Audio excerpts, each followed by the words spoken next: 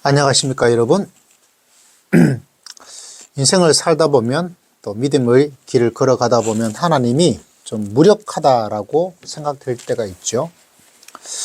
오늘은 공지영 작가의 너는 다시 외로워질 것이다 41면에 강아지 한 마리 동백이를 이야기하면서 이런 이야기를 하고 있어요.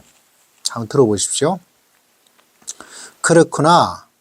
그래서 가끔 하나님이 답답했구나. 전지전능하다면서 저 나쁜 놈들에게 벼락도 내리지 않기에 나는 무력한 신이 답답했었다. 그런데 사랑하는 사람이 많다는 것은 삼갈 일이 많다는 거구나.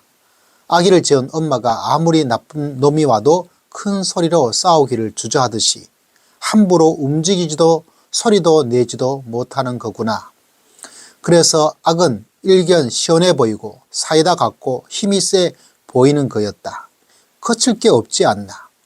누가 다치든 상처를 입든 상관이 없을 테니 그래서 많이 사랑하는 사람은 삼가야 할 일이 많고 헤아려 줄 일도 많고 그래서 많이 약해 보이는 것이었구나. 나는 이 순간 나는 동백이를 누구보다 사랑하기에 아무것도 하지 못하고 무기력에 빠져 있는 것이다. 그렇게 어둠 속에서 나는 동백이와 함께 꼬박 하룻밤을 알았다. 참 아름다운 문장이죠. 하룻밤을 보냈다라고 말하지 않고 하룻밤을 알았다 이렇게 이야기를 하고 있네요. 하나님이 답답하구나. 여러분 하나님이 답답할 때 없습니까? 하나님이 참 무력한 게 아닌가. 왜 저런 사람을 그냥 두는 건가. 이렇게 누구나 가지는 거대한 질문 가운데 하나죠. 물론 공지영 작가의 대답이 좋은 대답인가 나쁜 대답인가 유일한 대답인가 그에 대해서는 여러 가지 생각을 해볼 수가 있을 텐데요. 그래도 참 이럴 수 있겠다라는 공감 대답은 되더라고요. 저한테는. 이 동백이는 강아지예요.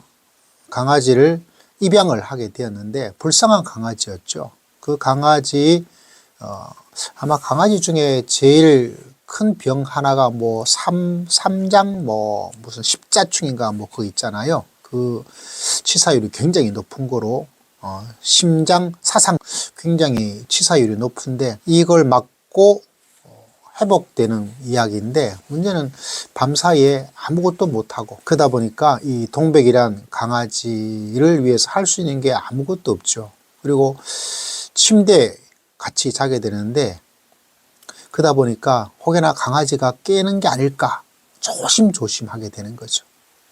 이 공지영 작가가 아무것도 할 수 없는 거죠. 혹여나 깰까 봐. 살금살금 하는 거죠. 그러다 보니까 그 속에서 하나님의 어떤 모습, 무기력한 신이 답답했는데 전지전능하시다고 하면서 그런데 알고 보니까 사랑이 있으면 함부로 자기 자신의 삶을 움직이지 못하는 것. 그 하나님도 사랑의 모습을 가지고 있기 때문에 속 시원하게 뭔가를 응징하면 참 좋겠지만 그러나 조심해야 되는 거죠. 삼가해야 되는 거죠. 신중해야 되는 거죠.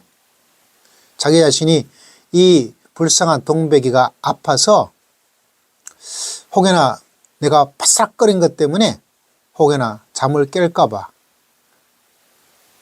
조심하는 거죠. 느릿느릿한 거죠. 좀 답답하지 않겠어요? 마음대로 할 수 없는 거예요. 마음대로. 그때 전지전능하다면서 벼락도 치지 않는 그 하나님이 참 무력하다, 답답하다 이렇게 생각했는데 이거는 다른 것이 아니라 사랑으로 다가가게 되면 혹여나 다칠까 봐 혹여나 무슨 일이 있을까 봐 약해 보일 수밖에 없구나. 그런 면에서 참 신앙에 공감을 좀 많이 하게 됩니다. 신앙생활 하다 보면 답답할 때가 있죠. 하나님께서 뭔가 삐까번쩍하게 확실하게 뭔가 해주기를 원하지만 그러나 하나님이 사랑이 있으시기에 조심하고 신중하고 그것이 우리가 보기에는 무력하고 답답해 보일 수도 있죠. 자, 그런 면에서 공재영 작가의 무력한 신에 대한 소설가적인 해답에 저도 한 표를 던져봅니다. 여러분 어떻습니까?